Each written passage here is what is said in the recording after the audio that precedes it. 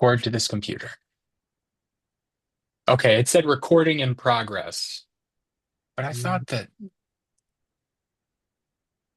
okay, so it says, like we said, it says pause recording and stop recording. So I'm gonna I did it I'm on a Mac, so I went up in a meeting. I went to record to this computer. So I'm gonna say I did everything I could to make sure that this was captured. And at least if not, we can have a nice tight hour-long conversation. But I wanted to tell you something, which was one of the things that really bugs. I'm Sam Liebel, by the way. Welcome to this podcast. I write AFL the Bastard. We'll make sure all my info is in the show notes and everything.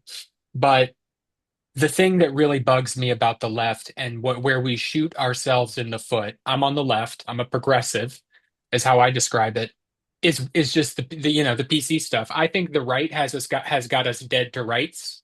And I'm not saying necessarily, and this is, by the way, this is Joe from Krynn's newsletter, and I'm still getting my head wrapped around the kind of galaxy of the different publications that you guys offer. So one thing I'd like you to clarify is kind of like how should we understand you? But just maybe open it up to you, like coming from somebody who's very much on the left, who says take it, we take it to ridiculous lengths sometimes, and that part I just think shoots us in the foot, and we make ourselves our own worst enemy.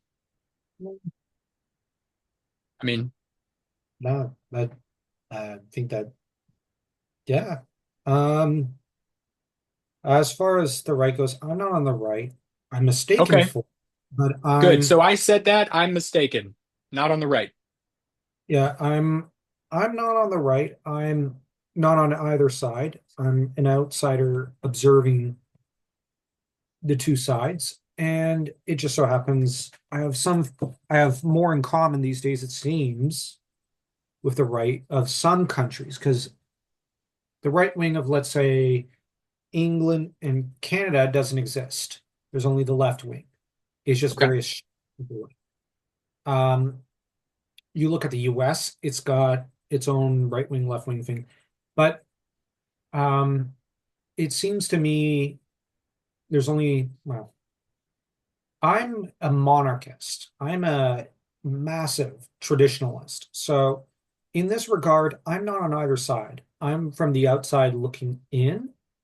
Mhm. I'm looking to what seems to me to be a rigged tennis match between what Looking on the outside of to into the American rigged match, oh, right? I mean I meant like just politics in general, Okay, yeah. um, but like of most countries. But the thing is, um, I think I would prefer a more localist um, sort of society and whatnot, and for most places. Canada used to have something like that, but it's long gone by now. We're so centralized in the What was culture. that called? That program or regime that they had of Uh, localism? yeah, yeah. It basically means every region has its own little mini culture, its own little ecosystem, I guess you could say. And you look at France under Saint Louis, it Hmm. was a lot like it was a very localist sort of country. Like it was almost like a composite of several countries. It was really just one, un pays, like un roi, un foi, un roi, and all. But Would you mind if I did something a little bit unconventional? Every time I want to preserve all of these words for the show notes, and I wonder if you could do me the if you could indulge me by typing them into the chat. I know that that's asking a little bit more of you, but I think it would be really great for me as I'm learning more about this period of history to look oh, into the actual France origins of these words, if that's okay with you. oh, c'est clair. Um, Merci beaucoup. Vous êtes okay. mon frère. You mean the French terms or If just that's, well, like, you just said, I felt like we were kind of going to be like, okay, wait, can you spell that for me? And then I was going to lose it. And I feel like maybe we could capture these, oh, if you could type out like entière, I believe was the term, entière, something similar. oh, I said un loi, un foi, un Croat. It's an old French um, phrase. It's the original French value system, En loi. Okay. which means one law, one faith, one king. I like that. Um, yeah, it was its original um, value system. The law is the civil law, which was passed to us by Rome, Mhm. and some Germanic law, of course, the Salic laws, the loi Wait, salique. that's interesting to me is how, okay, hold on. Salic law and Gallic law and Roman law. Salic in civil law, Roman law. And I don't, would it be, I'm happy to continue the conversation here, but I put that as a bookmark because I wanted to say, can we plug you and give you a platform to tell people who you are and what you want to say and where they can find your work? Sure. I I'm from bookmarked it so we can go back, but just for you. I'm from the Brothers Krynn. I write a massive amount of fantasy serials, too many to keep track of, I guess. Um, my favorites are Brotherhood of the Gemstone, Olymp no Machi, which Which is is now, my favorite so far as well. That's the one that I'm reading, guys. When I said galaxy, it is a galaxy, so I'm only human. I'm reading one at a time. Brotherhood of the Gemstone is the one that I'm currently enjoying. oh, okay. I've also finished Olymp no Machi and Darkspire Conspiracy. Darkspire has a publisher, so I'm not allowed to put any more chapters up on Substack. Um, but there's also um, serials like, I guess, Empire of Shadows Hmm. and there's too many for even me to keep track of. But I like Varcola, our horror vampire serial. What about the Um, one you're most excited about right now? What's the one you're really looking forward to people getting in touch with? oh, well, um, probably Baron Cub, though that one doesn't get as many views as others. I Now, really this was like, the one that's inspired by Saxon stories, right? yeah, Now, so okay, so maybe I'll need to add one more thing onto my plate. yeah. And then there's Chute d'Innocence, which was one of my first stories I ever wrote in French. But the problem is, I always feared how people might react because my grammar was not the best. Now I'm going back to school to fix that because I want to be a Hmm. true French editor to make sure, my grammar is perfect. And Hmm. because I've been asked to teach some French grammar and whatnot to people on Substack, I want to make sure I'm fully trained and up to date on all the grammar at the niveau of Académie Française, which is they manage all the French grammar and vocabulary. I need to Hmm. be a full trained member before I feel comfortable teaching anyone anything because French grammar is very complex, Yes. uh, and I'm a little rusty with it. But real And quick, they all of our viewers, our handful of wonderful viewers, can find you. Where can they find you? Where do they need to go right after this podcast? the Brothers Krynn Substack, Brothers Krynn. yep, where you'll find all manner of stories, one in French and the rest in English. There's book commentaries, there's some historic podcast and essays on occasion, and there's of course philosophy essays. I don't know how I just tripped into that one by accident. I think all inquisitive people now and then write a philosophical essay. True, true. Um, but all of this information, guys, will be in the show notes slash details slash you'll be able to find them very, very easily, and we'll make sure that all of that is out there. But now I have interrupted for the last time, I hope. Actually, you know what? I'm going to do it again. But Yeah, what we were talking about was I was really interested because we've got Salic law, Roman law, and kind of the history there. Or we can go back to talking about Baron Cub or Chute de l'Essence and your shit. experience with the French language. Okay. Well, And it's up to you. it's all kind of interwoven together. The Well, I forgot where I was at with the French law stuff. But the thing is, oh right, localism. But Yes, yes.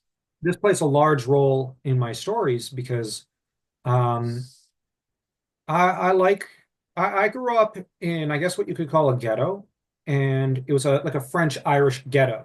Mhm. Everybody had some Irish blood in them, and everybody spoke French. Even the Italians, who claimed they hated the French, spoke French. And we had a bit of a local community and culture there that when I went to Quebec, I found out was odd to them. Like they all told me how strange that was and how they thought it was more Irish culture. But when I visited different parts of Quebec, I saw that there are there are places with a similar cultural framework as that. And Quebec is very localist. This is something I love about Quebec and France as well, and Ireland. They used to be a lot more localist.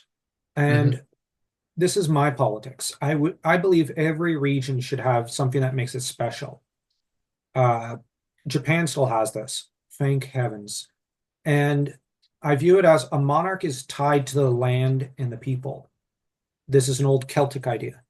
And so he springs from below to above. And this is how you build a nation. You look up. And I just think our democracies, our republics and whatnot are all like they answer to shadowy people behind them. And I prefer a ruler who's out in the sunlight, whom we could all see and we could Well, all know Roi Soleil. why we we um We're talking about Henri. Please, Louis to you. XIV, Mhm. Le Roi Soleil, why le roi soleil. I the Sun actually King for my Anglophones out there. He was a very, I don't know if you would say good, bad, but certainly one of the most charismatic and bombastic of the French kings.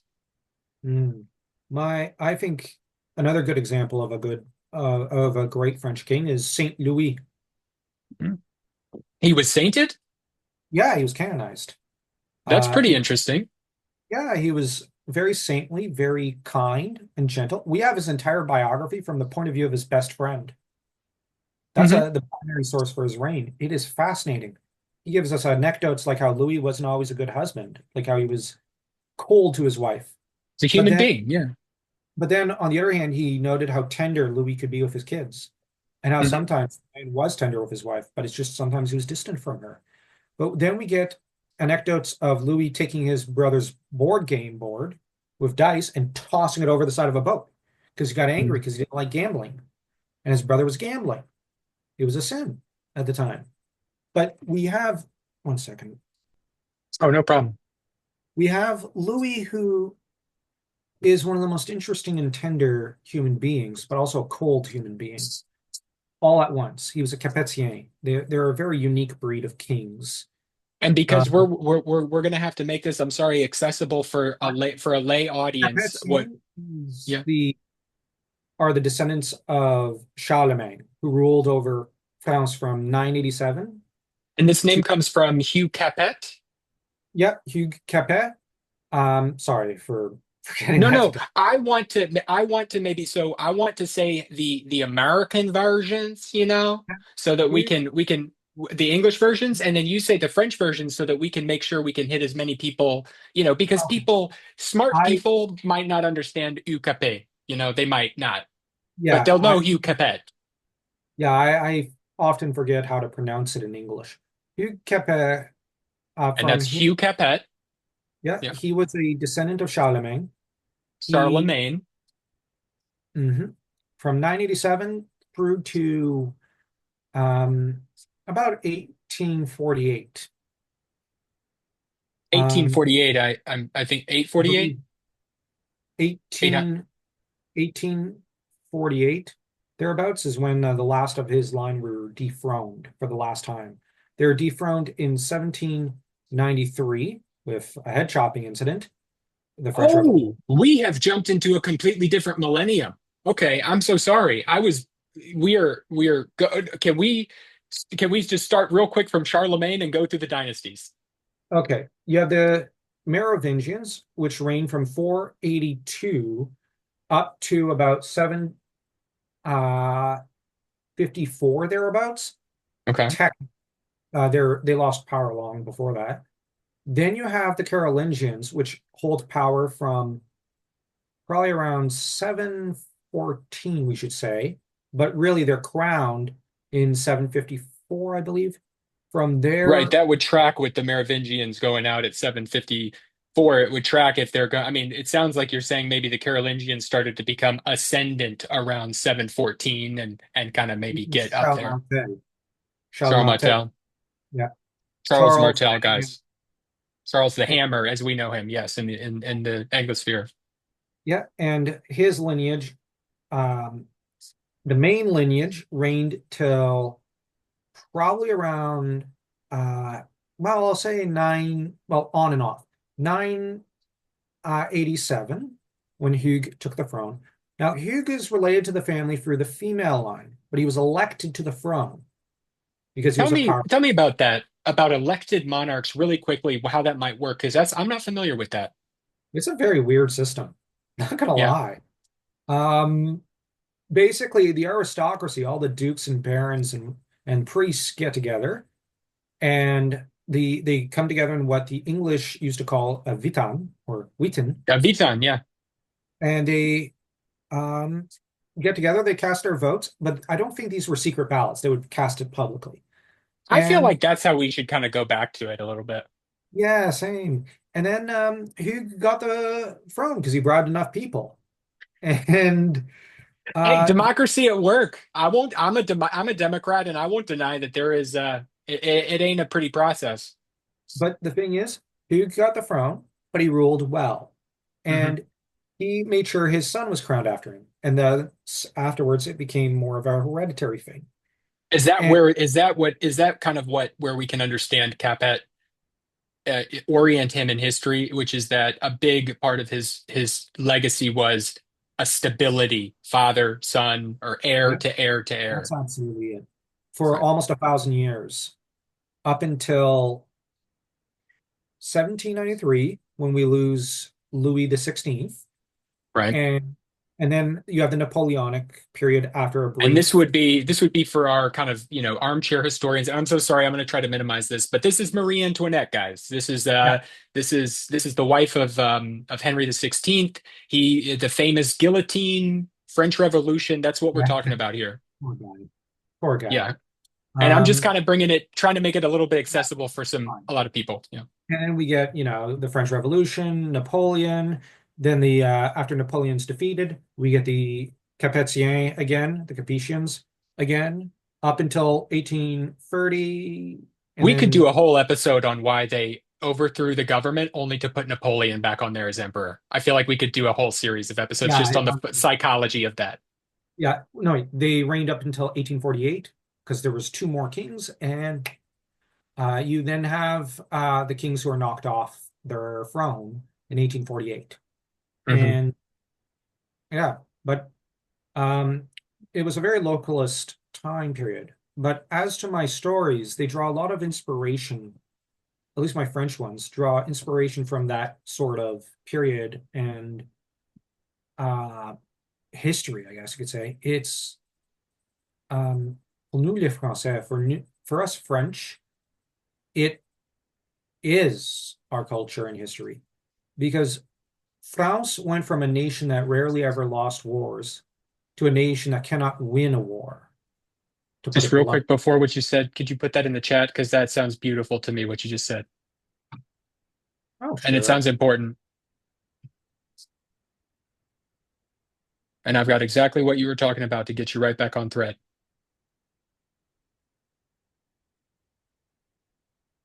And this, now that said, I think France once had the most glorious literature, poetry, and whatnot. So this is my mythical works are attempts to restore that.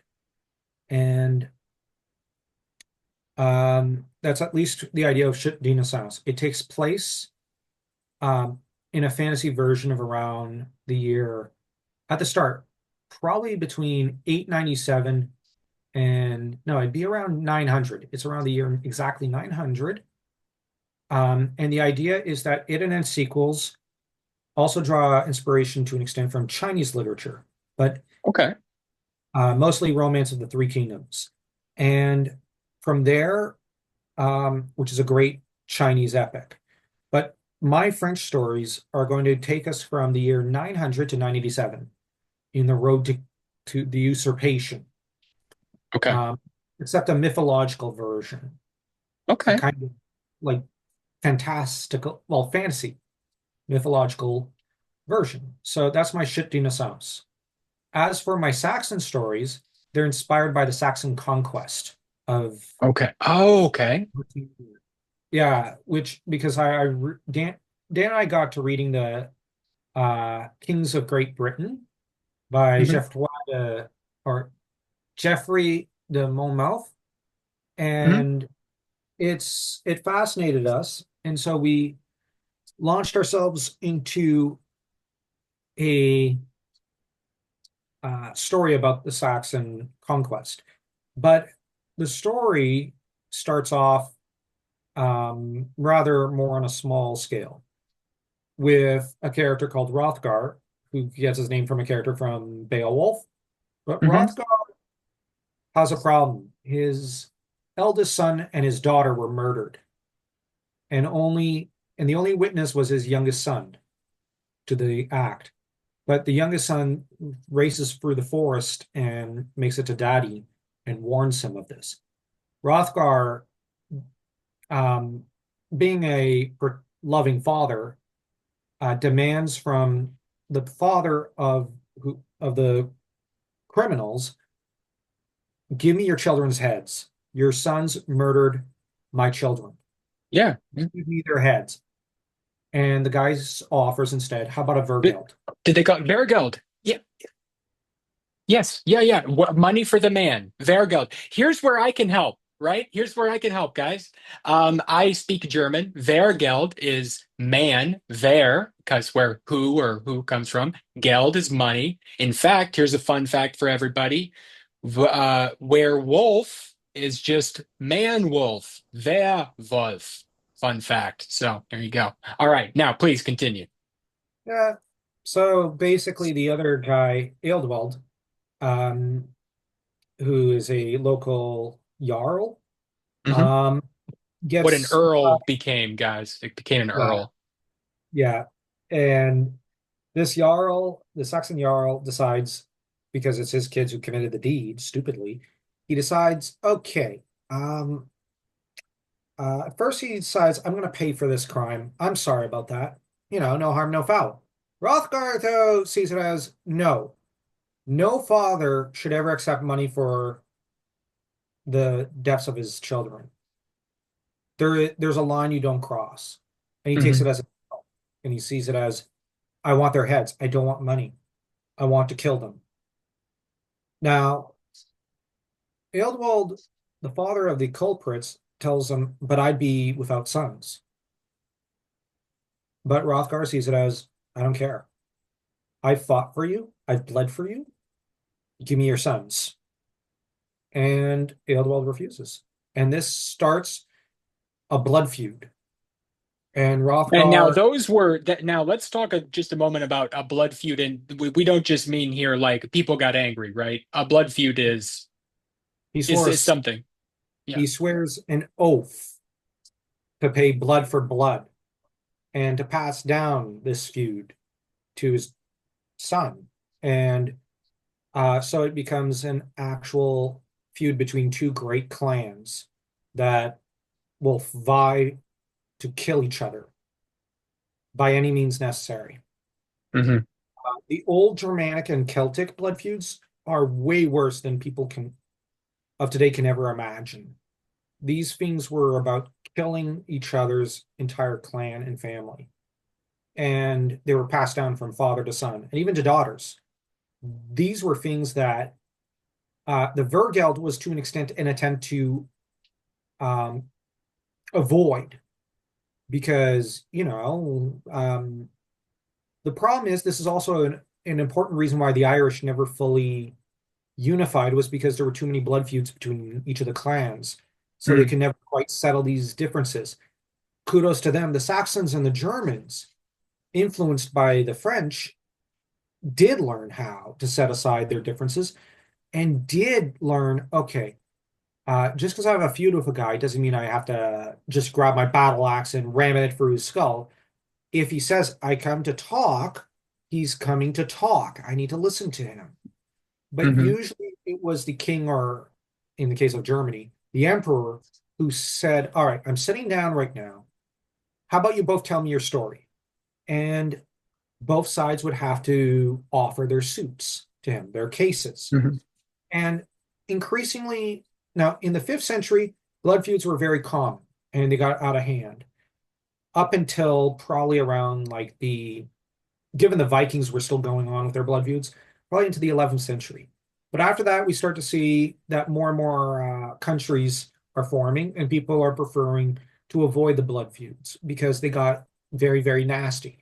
You had dozens of Do people you who see just, countries as tied to blood feuds specifically? well, I view countries as what killed the blood feud to an Okay. extent. I don't Now, know. That sounds kind of good to me. sounds good to me too. But some blood feuds persisted even into the 20th century. Mm. Uh, there's some Canadian families that, well, were originally English or Irish, and they came over here and they had blood feuds with each other. But to a large extent, a lot of these feuds had to recede into the background to the nation's interests and the greater tribe, which is to say the nation's people, uh, his interest. But my Saxon story, and Dan's, well, I share it with my brother because we co-write it.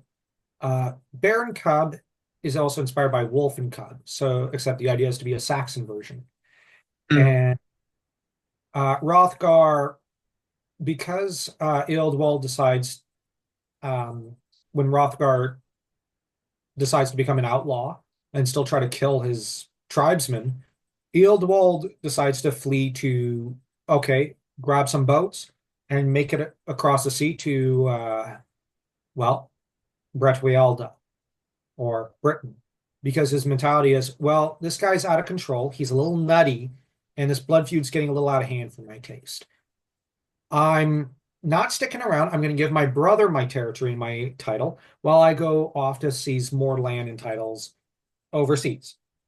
Hmm. And he pretty much abandons his brother to the feud. But Hrothgar views it as my feud is not with his brother, it's with him and his kids. So in this case, there's still a bit of rationality applied, but this sets off a bit of an odyssey to go give pursuit after Ealdwald and his children. So the overall idea is that the events of something like the Saxon conquest is taking place while Hrothgar and Ealdwald try to use every opportunity to destroy each other and each other's clan. And they both have allies and enemies. And all the while, you have the people of Bretwalda, the Romans and uh, the Bretons, basically Hmm. caught in the middle between these various feuding clans of Saxons. Um, that's basically the story, but it's going to be a 600 or 900 page book for volume one. And we're experimenting with a more Mark Twainian style with it. And Wow. I was just saying, wow. Keep going. the idea is going to be that we have at least two, maybe three volumes planned. And this is going to be an extended story which spans the whole of the lives of Hrothgar and Ealdwald and the lives of their children. Hmm. And we already have the ending figured out. So it's That's just good. everything between the beginning and the ending. Normally, we don't always have the ending figured out, but this time we do. But everything that's gone from Hrothgar getting the news all the way to him reaching Brett Rialda, we did not plan. We just kind of zigzagged and ended up crossing back and forth. You got to And have a little bit of randomness in there, right? I mean, yeah, you isn't part of the process, or at least it is to me, allowing for a little bit of serendipity. yeah, we um so this is a story which we're writing, but the thing is we write the chapters very slowly because um And guys, for any listeners, these are dense, and I mean that in a very good way. Like a layered marbled steak. If you're hungry, I hope you're not. But like very, very kind of You know, my taste, I like to see more action and dialogue, but the I still enjoy it because of the very dense descriptions where that you can tell we were talking about this, Joe. There's an echo to everything. You can tell that there's like three stories deeper to every word because there's this stuff down in there. So I didn't I recommend it wholly, and that's what we're that's we were sorry, go ahead. Oh, That was supposed to be a good thing for you, but I stole the no, show. no, Sorry. that was a beautiful compliment. Thank you. Um, uh, And this is but, just for Brotherhood of the Gemstone. I want to be clear. Do not, go explore the entire world. but with Olymp no Machi and Baron Cub, there's a lot of dialogue and action. Well, Olymp no Machi has armies raging at each other and gods flinging thunderbolts at each other. But Baron Cub has like one of my favorite parts when it was right when we were writing it was Dan and I went back and forth with this action scene in chapter 2 at Wonder's End, which is because we decided to call one of the finest warrior in the North. He's called the Great Wonder of the North, and we decided the chapter should be Wonder's End, so that Rock, Ah, greatest warrior in the area, is and gonna die? I don't know. That sounds like Northern is gonna die.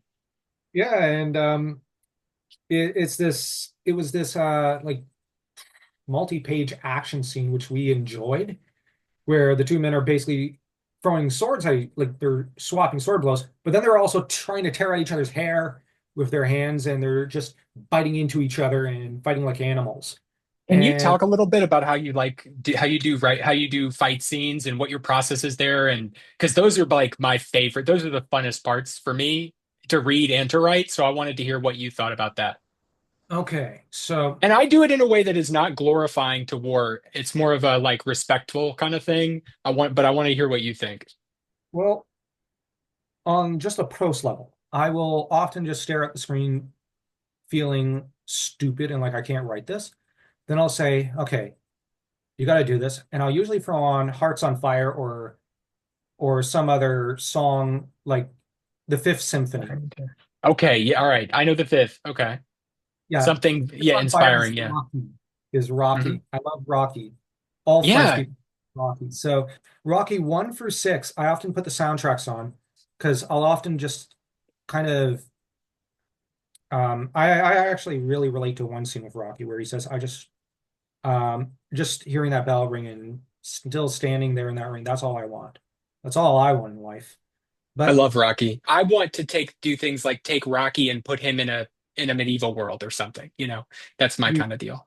well, we have a movie script we wrote of that sort of thing called Hamunder, where it's a Samanur. yeah, it's in our Substack. You can look it up. Go ahead. You're talking about Rocky. Yeah, yeah. But I put the music on, then I start writing the scene, and I'll also kind of, because I've studied a bit of swordsmanship, and I'll just Mhm. kind of do a bit of an action and go, no, that didn't feel right. And I get back to writing. Then with our best action scenes, I hit a wall. Then normally what I do is I send it to Daniel, and he adds to it. Then I take it back and I continue or I rewrite it a little, or I have him start the action scene and he sends it to me. I then continue from where he left off and rewrite because grammar is not always Dan's strong suit, but other times it is. But sometimes it isn't when the writing's getting over like The English is an easy language to learn, but a difficult language to master. in some ways, yes. And what he will then do is send it back to me and we go back and forth. And when I'm satisfied with the structure of the sentences in the fight that we've had, I will then try to double or triple its length. And How then, do you approach? I mean, because I know you're not sitting there being like, all right, content, but like if you're like, okay, does this scene need more action? Okay, action scene. Does this how do you approach just being like, all right, we need because no good writer is sitting there just being like, I need 500 more words. They're thinking like, what's a 500 word scene that is gonna close this gap? You know what I'm saying? well, what I do when I say double or triple is I tend to look at it and I go, all right, so I want Rothgar to like stick a sword in the other guy's gut. Then I'm like, but do I really want him to die that way? His enemy. I'm like, how's about when he does that, the other guy produces a dagger and tries to stab Rothgar, who basically jumps back, dropping his sword. The other guy pulls the sword out and slashes at him, leaving this scar like that on Rothgar, who basically, starts tripping in the snow, head Hmm. over heels. And the other guy then, like dagger and sword, starts swinging at him. And um, and Roth until he finally like pins Rothgar in the knee with a dagger, and you might have Rothgar yelling out while the other guy grabs like a torch and cauterizes his wound. And That is, oh, so he cauterizes his wound mid-battle? yeah, That's and pretty dope. Come on, like let's just that's off the top of my head what I can like okay, imagine. that's just so I want to celebrate a cool moment of my own. There's a scene in my novel where the guy is looking around a corner through the reflection of his sword, and that's just a cool moment. Okay, that's my cool moment. That's my badass moment. You have a cool Uh, moment there, sir. A guy is cauterizing his own wound with a torch. We need to celebrate cool, I fun moments. I don't know if that's in the novel yet, but I may have spoiled a future Put it chapter. in there 3 times. Have him But lose all the limbs except the one limb that can cauterize the other limbs. I'm but sorry. I'm excited about that. I'm not making fun.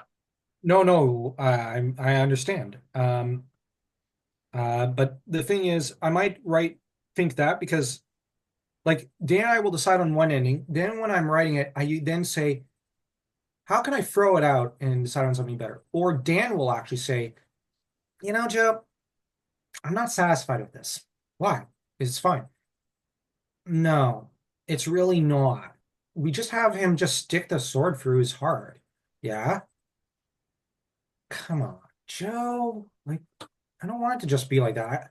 I designed this character. And Dan's like, I designed this character to be like this and to be badass like this.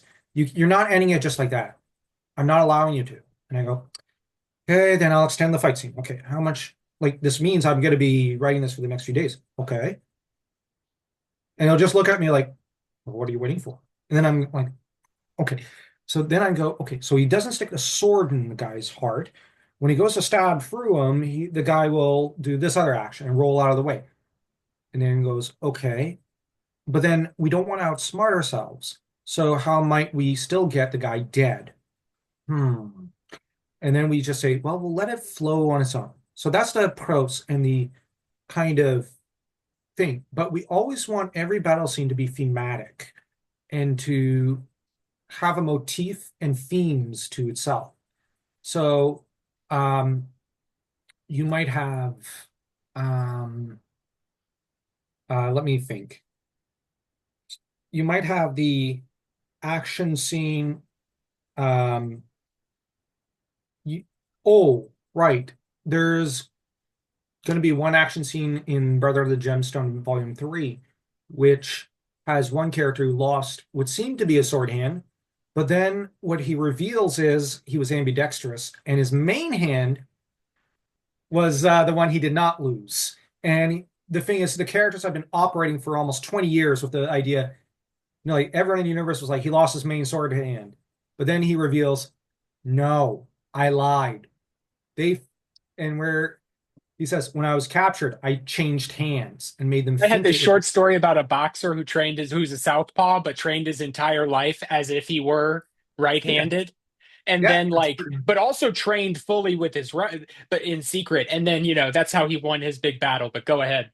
That's basically what this guy does. But then, uh, now this is a character who flips to an extent from villain to hero, and he then says, "Ah, I like but that. We don't do enough of the hero to villain, you know? well, this is villain to hero." And but the thing is, Hey, you know what? I have a strong opinion that's completely wrong. but That's me doing an impression of myself. but on the other hand, I like the same thing, and I don't think it's done enough as well from Mhm. hero to villain, like the corruptive story. You know what it Um, always reminds me of is Edmund in Lion, the Witch, and the Wardrobe. That's a great story. You know, We're that's the classic yeah, villain to hero. taking the hero, turning him into a villain, then back into a hero. Mhm. That was Lewis's greatest literary moment. Like that's him at his most glorious. I loved it. But go ahead. In this case, I can't say too much about the character, but uh, the idea is he was almost a psychopath, but he never experienced affection or love because he was such a terrifying force of wickedness and cruelty and savagery. And he indulged in the pain of others and beating his sister, tormenting other people. But then one of the characters is the first to show him compassion and pity. And it lights something in his soul. And he's faced with a choice of killing that person or sparing them. And this is the only person who's ever shown him any kind of compassion. And he makes Hmm. this. So he flips one moment to another. It's a eucatastrophe. And he reveals, no, And that's, guys, is a good outcome, an opposite of a catastrophe. yep. And it's a divine intervention of sorts. I'm quite fond of them.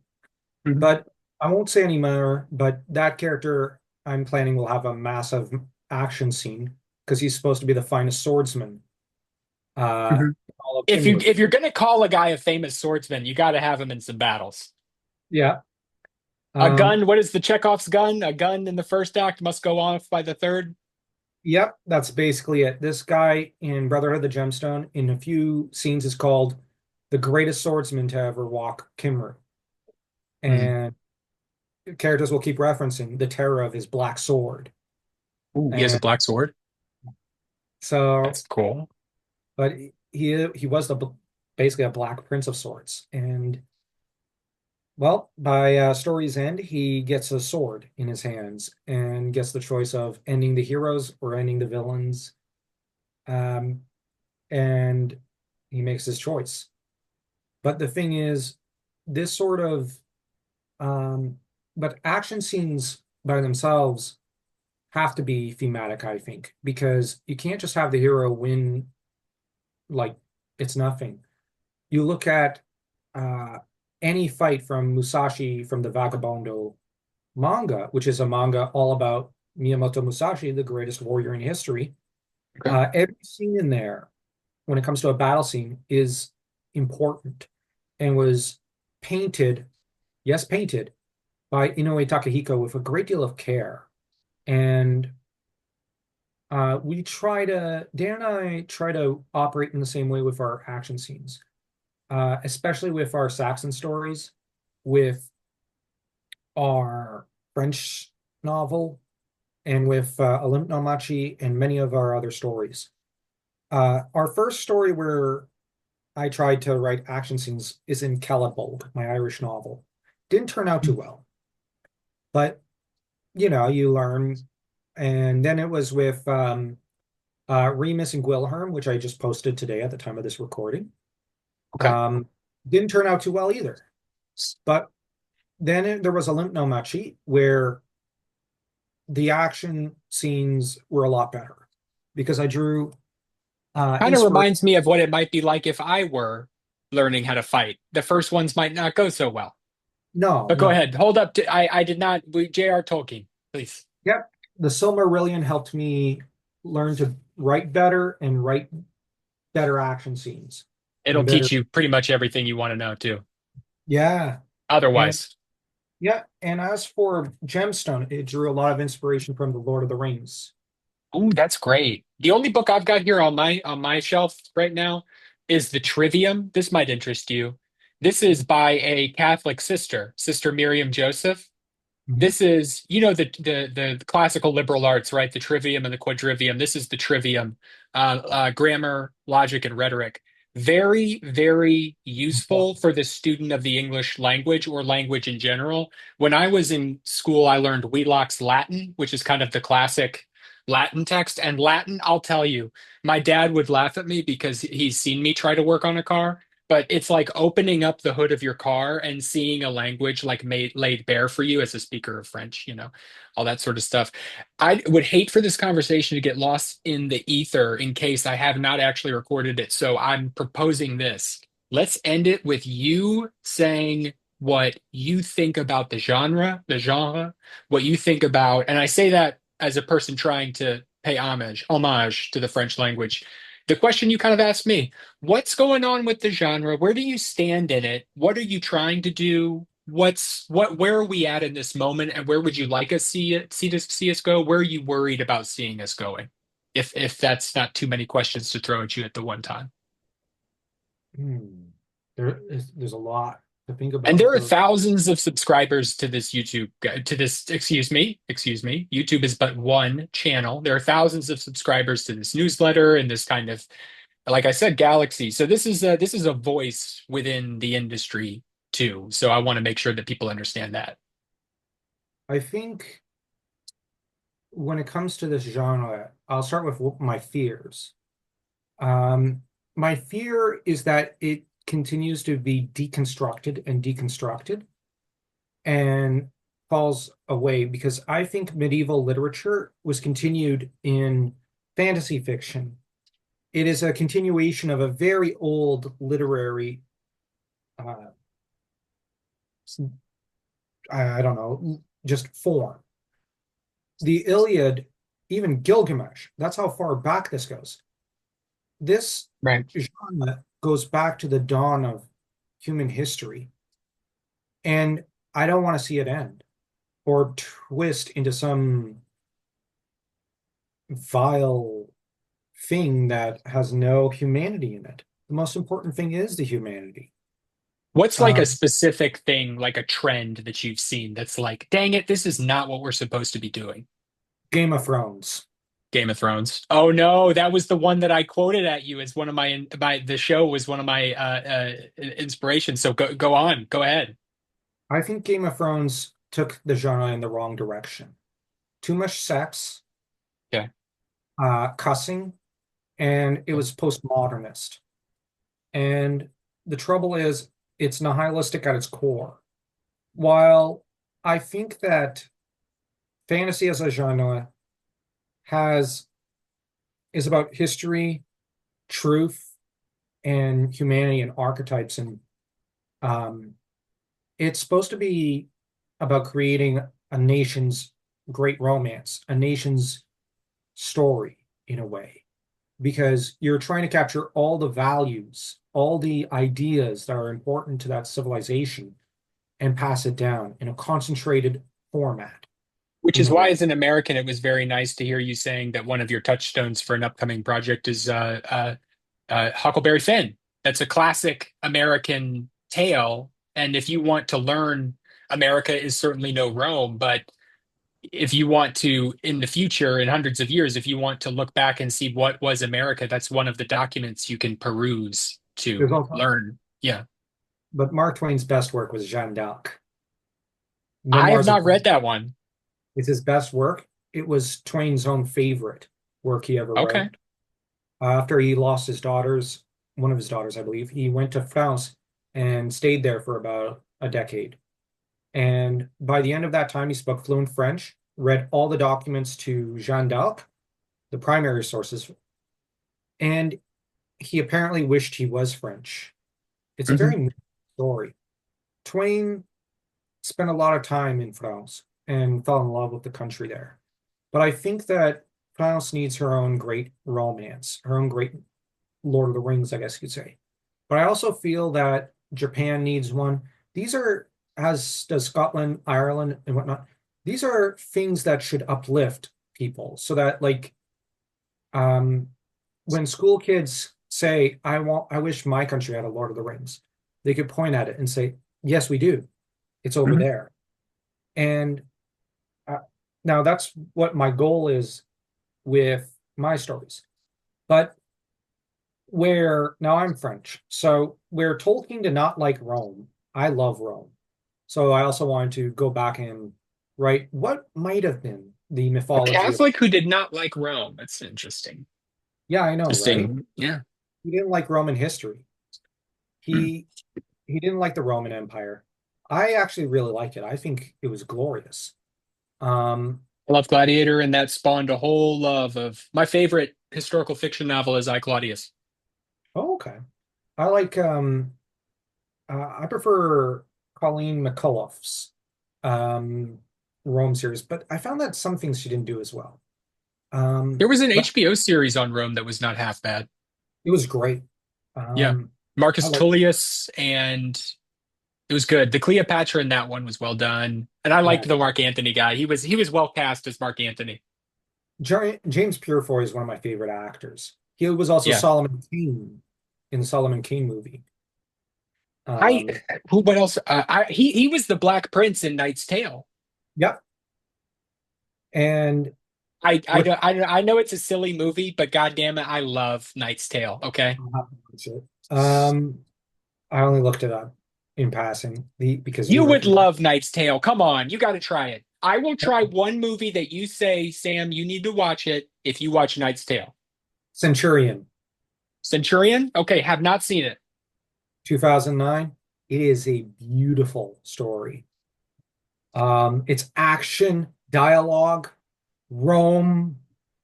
Michael Fassbender plays a centurion I love who Fassbender.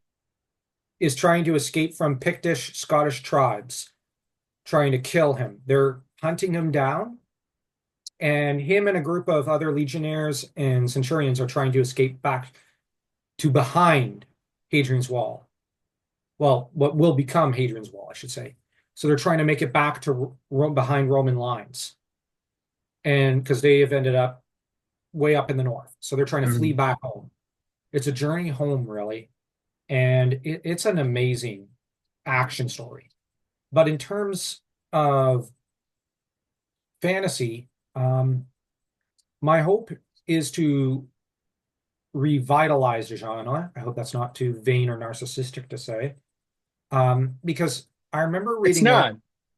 not. I remember reading up once. Tolkien once said that his greatest regret in life was that he didn't live long enough to see a Lord of the Rings killer, because Oh, Tolkien, something that bested it? yes, Tolkien wanted to see something bested. He bemoaned this fact very often, and he he had bested Hour of the Dragon, the great Texan epic by Robert E. Howard. But Tolkien did not live to see Silmarillion or Lord of the Rings bested. Now, I'm not saying Well, I he could. still hasn't. I mean, has he? No, because he's dead. Um, but No, no, I mean like someone has not since his death bested it, like no, I don't think I could. but But someone could theoretically in the future. yeah, but I think that we should aspire to. We should Hmm. write like we want to. And this is something which Tolkien said, I want people to set the goal to best me. And most writers do not set that goal. They set the goal of how can I imitate and make money? Hmm. But Tolkien wanted them to aim to best him artistically. And I think let's aim as though we're trying. I'm not saying we're going to succeed, but let's aim. Let's try to pretend that we can best him. Let's And have our trajectory go in that direction if we may not even get there ourselves. yeah, because if we because the thing is, him and Howard are like mountains. They're the Hmm. twin mountains of the fantasy genre. What if we try to scale another mountain so that we can look across at them and say, this is my mountain. I sit here at the peak of it. I can look square at the two summits. Hmm. Rather than just aiming for the foothill next to it and just say, well, this is the summit. No, no, no. Aim for the peak. But at the same time, we need to.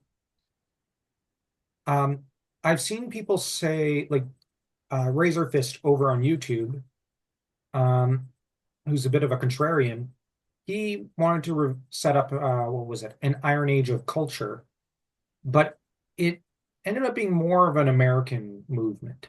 But the thing is, I view it as with fantasy, I don't want to just see some lesser age because we've had a great Bronze Age, that is to say, the 80s and 90s of fantasy fiction. That was a great time. The Silver Age of fantasy fiction wasn't all that great, in my opinion. But the Golden Age, which is to say from Lord Dunsany through to like Tolkien was a great time. You know, like there, Howard, Tolkien, Walt Disney, um, Lord Dunsany. These are glorious names. I want us to return to that era of fantasy. I want it to go back. And everybody keeps saying we can't go back. We can't even reach those kind of levels. I think we could. Um, call it I would not idealism. be worried about that whatsoever. We are going to increasingly want and desperately want to climb into very realistic fantasy worlds increasingly as time goes on. I assure you of that. Yeah. Well, people have told me we can't go back to something that good, like on that level. Now, when I revealed my It's dream a to, fantasy world. We never went there in the first place. well, the quality of like Lord of the Rings, Hour of the Dragon, like those kind of Oh, quality. what a dumb thing to say. Can you But point me in the direction of those people so I can tell them that's a dumb thing to say and tell them why that's a dumb thing to say it? it's mostly from my university days, but Okay. professors. But when I met Don Bluth, Oh, those are my favorite kinds of people to tell they're dumb. yeah, Don Bluth, the great animator who studied under the nine old men who were students of Walt Disney. Don Mhm. Bluth, who made Anastasia, um, who made Thumbelina, who made All Dogs Go to Heaven. When I told him this dream, when I met him, because I was a student of his, he said, "You can do it. It can be done." And he said, "My goal was to take us back to the days of Walt Disney. Make Tolkien your goal, and you'll make that real." And he said, "But don't take your eyes off it." And he also said, "And don't take your eyes off God, because that's your captain in that at sea." Because he said, "You're in a storm. Life's a storm. Don't take your eyes off him. Once you do, you'll be thrown overboard and you'll drown. Keep your eyes focused on what's in front. Don't look to the side. Don't look to your shipmates. Look forward." And he said, "Before you know it, you'll captain the ship." And Don had a lot of sayings and proverbs and advice. And he told me, go for, like, if you want a golden age of fantasy fiction, you need to aim for it. And you need to tell other people to aim for it. Not just you, but others. You'll create competition that way. Other people will step in and say, well, I'm going to beat Joe. But his view was, that's fine. Who cares? You're going to have your competition. But if they raised a bar, then you got to raise the bar. And everybody, all the ships will be raised.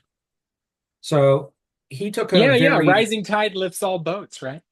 yep, yep, that's actually exactly Don They tell Bluth's. us that a lot in this country when they're talking about tax cuts for the rich. But In this case, but I agree with you. I think that in this case it would. I don't want to lose any of this stuff too much. Is it okay if we maybe just take a pause here and then maybe we could do this next week again? I just don't sure, want to. I want to. This way I can verify that we're recorded. And I took notes this time so that even if we're not, I can put together an essay and post it where we can kind of tag and keep that going. But I'm free at the same time next week, and I would love to have a more rambling kind of conversation where I'm not just trying to like drive it, which I felt like I was doing. But I hope I did give you still a chance to say your piece and get because I was interested to hear it. But anyway, I'm proposing like maybe we end that there and with a thank you so much and maybe a promise to do it again. sure, I'd love to. This was fun, but And I'll it'll be just, more fun next time because I won't be so worried that we're not capturing this stuff because I will have done this before. no problem. And I figure like I said, we can both kind of pitch in on stories and probably discuss where we want to take this genre because this genre is the very best genre in all of literature. Mhm. It's the oldest, it's the greatest. It will always be the greatest. It'll be here long after I'm dead and turn to dust. But what is it that Robin Williams said in Dead Poet Society? We may, we may all have a chance to sing our little sonnet in it, our little verse. That's it. We all may all have our part to play in a small verse to contribute. Oh, I'm good. I mean, I get sad and I completely agree. I get sad and depressed all the time. I'm a poet, but I wrote a poem called Her Laughter, and that is something that will last, I think, for a very long time. And even if that's it, then that's death is inevitable. Legacy is not. And Mm. so that to me is a powerful thing. I love Dead Poet Society, and I could not agree more. I would love to have maybe an entree into some of these communities. I think I'm like an open to discourse kind of person. I may be a little bit much sometimes, but I would love to talk to people and learn and share what I think, what my thoughts are, and we may wind up agreeing on quite a bit too. Sure. Yeah. Um, this is, well, it's important to, well, I And know, I'll stop recording. Let me see here if I can, if that's all right.